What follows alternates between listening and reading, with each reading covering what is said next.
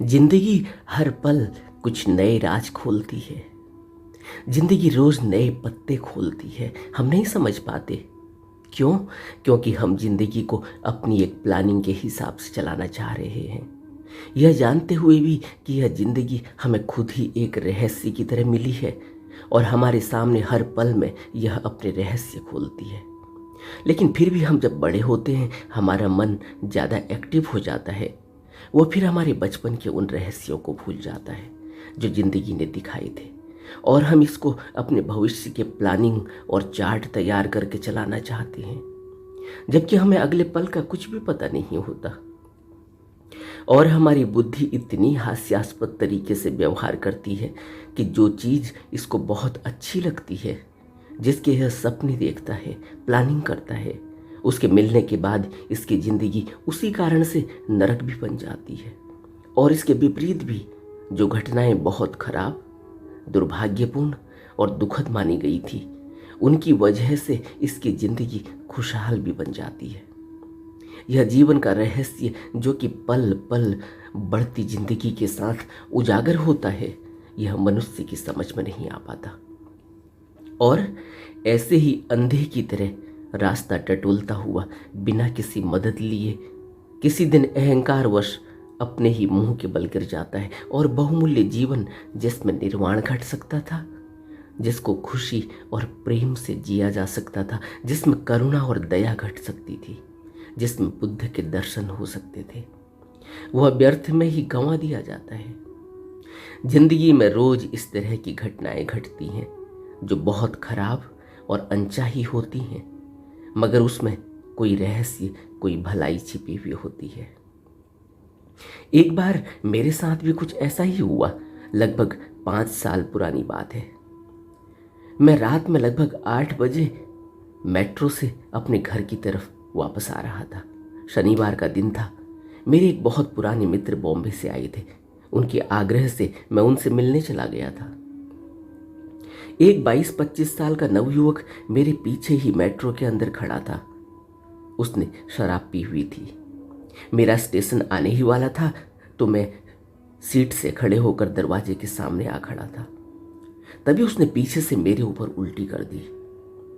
मेरे पीछे सिर से लेकर कमर, पीठ, पांव सब उल्टी से भर गए। मैंने पीछे भी नहीं देखा, क्योंकि मैंने उस लड़के को पहले ही देख लिया था। जब मैं सीट से उठकर उसके बगल से गुजरा, तभी उसके मुंह से शराब की महक आ रही थी। वही मेरे पीछे खड़ा था। मैं समझ गया कि यह वही है, क्योंकि उल्टी में शराब की बदबू थी, और जो भी उसने खाया पिया था वो सब मेरे सिर के पीछे से, मेरे बालों से कमर की तरफ, मेरी कंधे की तरफ, मेरे गर्दन से चूकर मेरे पीछे, मेरी पीठ से, मेरे शर्ट से पीछे सरक रहा था। कपड़ों के अंदर की तरफ से, स्पाइनल से होते हुए मेरी कमर और फिर पांवों तक मेरे जूतों में आ रहा पानी। यह सब संवेदनाएं मैं महसूस कर रहा था खड़े होकर। तभी एक व्यक्ति पीछे से सीट से उठकर आया और उसने कहा कि सर, आपके ऊपर उल्टी कर दी, आपको पता भी नहीं चल रहा है, पीछे देखो। मैंने कहा मुझे पता चल गया, लेकिन यह आदमी अभी होश में नहीं है, इसे अभी समझाया नहीं जा सकता, इसे अभी कुछ कहा नहीं जा सकता। तभी वह व्यक्ति उस लड़के से कुछ कह ही रहा था कि मैंने उसको बीच में ही रोक लिया कि आप चिंता न करें, मैं नॉर्मल हूँ, मेरा घर आने ही वाला है, बस 5 मिनट में मैं घर में पहुँच जाऊँगा। यह व्यक्ति कल जब होश में आएगा तब इसको पता लगेगा कि इसने क्या किया है। लेकिन मेरी मंगल कामना ही है कि इसको सन्मति आए, यह इस दुख से मुक्त हो जाए, क्योंकि दुख की वजह से व्यक्ति शराब पीता है। और मैं यही दुआ करूँगा, यही मंगल कामना है, यही मैत्री का भावना है कि इसको सन्मति आए, ये इस दुख से मुक्त हो जाए। मेरा स्टेशन आ गया और मैं उतर कर घर आ गया। घर आते ही मैंने अपने कपड़े खोले, नहाया। कपड़े तो पहनने लायक ही नहीं थे, इसलिए मैंने फिर उनको निकाल कर एक पॉलीथीन में बैग में डालकर डस्टबिन में डाल दिया। लगभग रात में 9:30 बजे सारी सफाई करने के बाद मैंने चाय बनाई। चाय पीकर मैं ध्यान में बैठ गया और मैं त्रिभावना का ध्यान करने लगा कि उस व्यक्ति का मंगल होना चाहिए, उस व्यक्ति को दुख से मुक्ति मिलनी चाहिए, क्योंकि पब्लिक प्लेस में इस तरह से अगर वह इतना दुखी है जिसकी वजह से दूसरे और लोगों को भी दुख मिल रहा है, तो उसको इस दुख से मुक्ति मिलनी चाहिए। यही मंगल कामना की थी मैंने। लगभग 3 महीने के बाद एक दिन मैं फिर कहीं स्पिरिचुअल मीटिंग अटेंड करके आ रहा था। शाम को लगभग 7 बजे थे। बारिश के कारण उस दिन मैंने ट्रैफिक जाम की वजह से फिर मैं मेट्रो में चढ़ गया और मैंने मेट्रो ले लिया अपने घर के लिए। तभी पीछे से मेट्रो के अंदर से मेरे कंधे को किसी व्यक्ति ने थपथपाया। मैंने पीछे देखा तो एक लड़का लगभग 22-25 साल का मेरे से बोला, सर आप वही हैं जिसके ऊपर किसी व्यक्ति ने मेट्रो में उल्टी कर दी थी? मैंने कहा हाँ। आपने देखा था क्या? उस दिन आप थे मेट्रो में? तो वो बोला 3-4 महीने पुरानी बात है। मैंने कहा हाँ 3-4 महीने पुरानी बात है। वो बोला हाँ मैं उस मेट्रो में ही था और वो मेरा दोस्त था, आपसे बात करना चाहता है। मैंने कहा कहाँ है? वो बोला कि वो पीछे सीट पर बैठा हुआ है। उसने इशारा किया, वो उठकर आ गया और उसने तुरंत मेरे पाँव छूने की कोशिश की, हाथ जोड़कर मेरे से सॉरी कहने लगा। मैंने कहा यार ये मत करो, मैंने तो आपको कोई ऐसा गलत उस दिन भी नहीं सोचा था, कोई ऐसी सॉरी वाली बात नहीं है, क्या आपने मुझे माफ़ कर दिया? उसने कहा। मैंने कहा मैं तो भूल गया हूँ, मैंने तो उसी दिन तुम्हारे लिए मंगल कामना की थी कि तुम किसी तरह से शराब छोड़ दो, इस दुख से मुक्त हो जाओ। तुम्हें क्या दुख है कि तुम शराब पीते हो? अच्छे रास्ते पर चलो, नेक इंसान बनो, किसी का दिल मत दुखाओ, हो सके तो किसी का सहारा बनो। दुनिया में बहुत लोग दुखी हैं, उनको सहारे की ज़रूरत है। और ऐसा भी नहीं है कि किसी को पैसे से ही सहारा किया जा सकता है और आपके पास पैसे नहीं है तो यह बहाना है, ऐसा भी नहीं है। किसी को प्यार से बोल देना, किसी की कोई सुन लेना, किसी के दुख को सुन लेना भी मदद ही है। किसी को अच्छा रास्ता दिखा देना भी मदद ही है। किसी को प्यार से मुस्कुरा देना, किसी को थोड़ा हंसा देना, यह भी सेवा ही है। इससे भी कोई दूसरा व्यक्ति कितना हल्का हो जाता है, यह वही जानता है। तभी मेरा स्टेशन आने ही वाला था और मैं उतरने ही वाला था कि वह दोनों लोग प्लेटफॉर्म पर मेरे साथ ही उतर गए। फिर मैंने उनसे पूछा कि आप कहाँ रहने वाले हो, कहाँ से रहने वाले हो, कहाँ से आए हो? तो वह मुझे बोला कि आप मुझे पहले माफ़ कर दें, क्योंकि मैं पिछले 3 महीनों से यही बार बार सोचता हूँ कि मुझे अगर दोबारा वह व्यक्ति मिल जाए तो मैं उसके पाँव छूकर उससे माफ़ी मांगूंगा।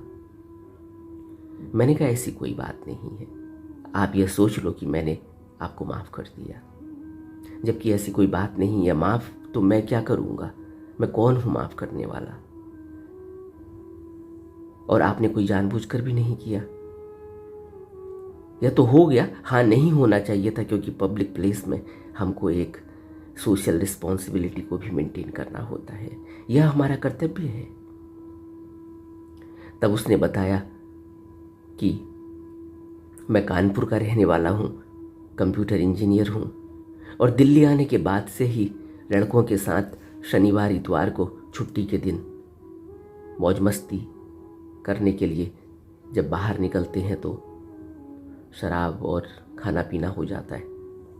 और उस दिन कुछ ज़्यादा हो गया और जब आपने कोई रिएक्ट नहीं किया, क्योंकि पहली बात कि मैं पिटने से बच गया, दूसरी बात कि किसी ने मेट्रो में कंप्लेंट नहीं करी, नहीं तो सीआरपीएफ या सीआईएसएफ वाले आके मुझे ले जाते, मेरे ऑफिस में फ़ोन कर देते अगर, तो मेरी नौकरी भी चली जाती, मेरे घर में फ़ोन कर देते तो मेरे माँ बाप को बहुत बड़ा धक्का लगता। क्योंकि वह सोचते हैं कि मैं एक बहुत अच्छा इंसान हूँ, यहाँ नौकरी कर रहा हूँ, कंप्यूटर इंजीनियर हूँ। इसलिए घर जाके दूसरे दिन जो मुझे पश्चाताप हुआ है, उस पश्चाताप की अग्नि में मैं लगातार जल रहा हूँ। और यही मेरे अंदर भाव उठता है बार बार कि अगर वह नेक इंसान मुझे दोबारा मिल जाए जिसने कोई रिएक्ट नहीं किया। क्योंकि मुझे याद है कि कभी बचपन में, आज मैं तब 10वीं में पढ़ता था, और मेरे बड़े भाई ने मेरे ऊपर कोल्ड ड्रिंक का गिलास जानबूझकर फेंक दिया था, क्योंकि उस कोल्ड ड्रिंक को मैं पीना चाहता था और उसने मेरा गिलास छीन कर पीने की कोशिश की। और जब बाद में मैंने रिएक्ट किया तो उसने उस कोल्ड ड्रिंक को मेरे ऊपर गिरा दिया था। और आज 10 साल हो गए हैं। इन 10 सालों में मैंने उससे कभी बात नहीं की, जबकि मैं घर में ही रहता था। मैं तो अभी कुछ दिनों पहले ही दिल्ली आया हूँ, लेकिन पिछले 10 सालों से मैं उसे माफ़ नहीं कर पाया। और एक व्यक्ति के ऊपर पब्लिक प्लेस में शराब पीने के बाद, मांस खाने के बाद मैंने उल्टी की है, और उस व्यक्ति ने मेरी तरफ देखा भी नहीं, कोई रिएक्शन नहीं किया। और उसकी मंगल कामना की वजह से मैंने तब से कोई शराब नहीं पी। इसलिए मैं आपसे बहुत प्रभावित हुआ और आपसे मिलना चाहता था। और आपकी मंगल कामना की वजह से, आपकी मैत्री भावना की वजह से, और मेरे अंदर इतनी गहरी तड़प और इच्छा थी कि आज अचानक मुझे आप फिर मिल गए। यह मेरा सौभाग्य है। मैंने कहा कोई बात नहीं, अगर आपको इतनी प्रेरणा मिली है, आप इतने प्रभावित हुए हैं, तो मैं तो आपसे यही कहूँगा कि अब आप नशा न करें। उसने कहा कि नहीं, तब से मैंने कोई नशा नहीं किया, और तब से मैंने कान पकड़ के कसम खा ली कि मैं कभी नशा नहीं करूँगा। मेरे सामने वो कान पकड़ने लगा और मेरे से मोबाइल नंबर मांगने लगा कि मैं आपके संपर्क में रहना चाहता हूँ, आप मुझे गाइड करें, मेरे जीवन के संबंध में मुझे मार्गदर्शन दें, आप एक महान व्यक्ति हैं। मैंने कहा नहीं, मैं तो एक साधारण व्यक्ति हूँ, लेकिन मेरे पास अभी कोई मोबाइल नंबर भी नहीं है। मैंने डायरी से अपने फ्रेंड का नंबर निकाला और उसे दे दिया। उससे कहा कि इस पर मैसेज छोड़ देना। एक दिन 1 महीने के बाद वह मुझसे मिलने का आग्रह करने लगा। उसने मेरे फ्रेंड के मोबाइल पर मैसेज दिया, फिर उन्होंने मुझसे बात कराई। मैंने उसको बुला लिया, वह मुझसे मिलने आया। मैंने उससे कुछ बुद्ध की देशना दी और उसको पूछा कि अगर वो ध्यान में उत्सुक है तो विपस्सना सेंटर ऑनलाइन बुक कर सकता है, और उसमें उसे पूरी जानकारी मिल जाएगी और ध्यान की विधि भी मिल जाएगी जो वह रोज़ रोज़ अपनी ज़िंदगी में फिर कर सकता है, और एक रास्ता उसे मिल जाएगा जीवन रूपांतरण का। उस दिन मीटिंग हुई और वह चला गया। 2 महीने के बाद उसका मैसेज आया कि वह विपस्सना ध्यान के लिए लद्दाख गया था। लद्दाख में उसे विपस्सना सेंटर मिला था और उसने वहाँ कोर्स किया 10 दिन का, और अब वो बहुत खुश है और मुझसे मिलना चाहता है। और वह मिलने के लिए मेरे से आया। मैंने उसे टाइम दिया, वह मुझसे मिलने आया और वह अपने पिता को लेकर मुझसे मिलाने आया था। तब उसके पिता ने बताया कि इसकी ज़िंदगी आपने बदल दी। मैंने कहा मैंने इसकी ज़िंदगी नहीं बदल दी, बल्कि उस दिन की घटना से इसकी ज़िंदगी बदल गई। और उसके पिता कहने लगे कि हम आपका धन्यवाद करना चाहते हैं। मैंने कहा ऐसी कोई बात नहीं है। मुझे बहुत खुशी इस बात से है कि मुझे भी कुछ प्रेरणा मिली है, मैंने भी कुछ सीखा है इस घटना से। इन्होंने सीखा, इनकी ज़िंदगी बदल गई, मुझे बहुत खुशी है। तब उनके पिता ने बताया कि जब इसके साथ कभी ऐसी घटना घटी थी तो यह अपने बड़े भाई को माफ़ नहीं कर पाया था, और 10 साल तक इसने उससे बात नहीं की। घर में रहने के बाद एक घर में दोनों भाई रह रहे हैं, लेकिन यह आपस में बात नहीं करते थे। लेकिन जब यह विपस्सना करके आया, जब यह घटना घटी, तब इसने सबसे पहले अपने बड़े भाई को गले लगाया है घर आने के बाद। इसलिए मैं बहुत प्रभावित हूँ आपसे क्या आपने इसको बदल दिया? यह कैसे हुआ? मैंने कहा, ये मैंने नहीं बदला, यह तो ध्यान करने लद्दाख गए थे, वहां मैत्री भावना सिखाई जाती है, यह उसी से बदले हैं। वो बोले, नहीं, अगर आप उस दिन नहीं होते तो इसका तो करियर ही चौपट हो जाता। पता नहीं मेट्रो वाले क्या कदम उठाते, क्योंकि मेट्रो में शराब पीकर यात्रा करना वर्जित है और फिर नौकरी भी जा सकती थी। आपने बहुत बड़ा उपकार किया है, एक जिंदगी को आपने बदला है। मैंने कहा, मैं भी इनसे यही चाहता हूं कि यह भी अपनी ही तरह अपने यार दोस्तों को भी अपने व्यवहार से बदल सकते हैं। कुछ कहने की ज़रूरत किसी को नहीं होती। आपका व्यवहार एक आईना है जो दूसरे को उसकी शक्ल दिखाता है, उसके अवगुणों को दिखाता है। अगर आपका व्यवहार अच्छा है तो उससे दूसरा प्रभावित होता है। इसीलिए जब हम अच्छा व्यवहार करते हैं, जब हमारे अंदर कुछ साधना की खुशबू निकलती है, बुद्धत्व का कुछ फ्रेग्रेंस निकलती है, कोई खुशबू निकलती है, तो उसका प्रभाव दूसरे पर पड़ता है। वह खुशबू दूसरे तक पहुंचती है और वो एक बार जरूर सोचता है कि इस व्यक्ति के अंदर क्या है, क्या है इस व्यक्ति के अंदर। और मैं यही चाहता हूं कि यह भी, जो भी इनके जानने वाले हैं, यार दोस्त हैं, इनका पब्लिक प्लेस में व्यवहार है, उससे जीवन बदलता है, दूसरे का जीवन बदलता है, बिना कहे बदलता है। मैंने तो इनसे कुछ भी नहीं कहा, एक शब्द भी नहीं कहा, जबकि बहुत बड़ी घटना थी किसी के ऊपर इस तरह से शराब और मांस खाकर उल्टी कर देना। जबकि मैंने पूरी ज़िंदगी कभी शराब को छुआ नहीं, पूरी ज़िंदगी मांस को कभी छुआ नहीं, लेकिन उसके बावजूद भी मेरे अंदर इतनी करुणा इनके लिए उठी, सिर्फ इसलिए कि यह आदमी कितना दुखी है। हृष्ट पुष्ट है, 22-25 साल का एक जवान, लगभग 6 फीट हाइट है और इतना सुडौल शरीर है,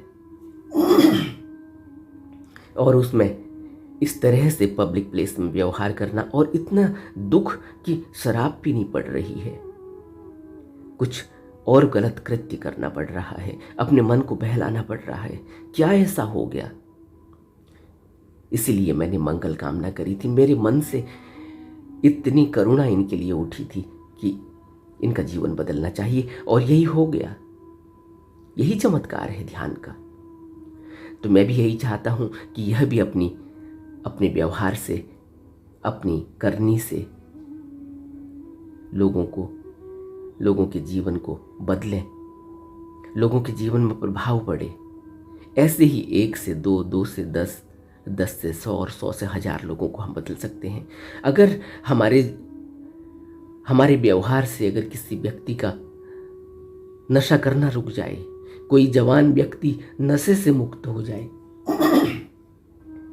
गलत कर्मों से मुक्त हो जाए, कुकर्मों से मुक्त हो जाए, क्या यह एक बहुत बड़ा चमत्कार नहीं कि किसी की जिंदगी आपने बदल दी, किसी की जिंदगी को आपने प्रभावित कर दिया, सिर्फ अपने अच्छे व्यवहार से, अपने सद्गुणों से। बस यही इस जीवन का लक्ष्य है, और यही बुद्ध हमसे चाहते थे, यही बुद्ध हमसे आज भी चाहते हैं कि मंगल कामना और मैत्री भावना से ही जीवन बदलता है। क्रोध को कभी क्रोध से खत्म नहीं किया जाता, हिंसा को कभी हिंसा से खत्म नहीं किया जाता, नफरत को कभी नफरत से खत्म नहीं किया जाता।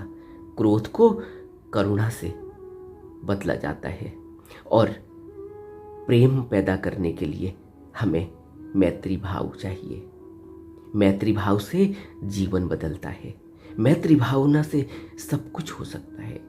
मैत्री भावना का ध्यान, मंगल मैत्री का ध्यान सबसे कारक है, जिससे में कुछ करना नहीं होता और जिससे मनुष्य बहुत हल्का हो जाता है, उसका जीवन बदल जाता है, और उसके जीवन बदलने के साथ साथ पूरा माहौल बदल जाता है, आसपास का जीवन बदल जाता है। जो लोग जुड़े हुए हैं हमसे और जिस समाज में हम रहते हैं उस समाज में प्रभाव पड़ता है। मंगल मैत्री अनूठी है। मंगल मैत्री का ध्यान करना चाहिए। इससे मनुष्य का हृदय पुष्पित हो जाता है, कमलवत खिल जाता है, स्वतः ही खिल जाता है। कुछ करना नहीं होता, सारे विकार अंदर से निकल जाते, क्योंकि जितनी भी दुर्भावना मन में बैठी हुई हैं, मंगल मैत्री से क्रोध, नफरत, द्वेष, ईर्ष्या सबका प्रहार हो जाता है और मनुष्य प्रफुल्लित हो जाता है, पुष्पित हो जाता है, मुदिता आ जाती है। हमें मंगल मैत्री भावना का ध्यान करना चाहिए और अपने जीवन को रूपांतरण कर लेना चाहिए। और जैसे ही जीवन रूपांतरित होता है उसका प्रभाव सब पर पड़ता है, सबको मंगल मैत्री भावना मिलती है।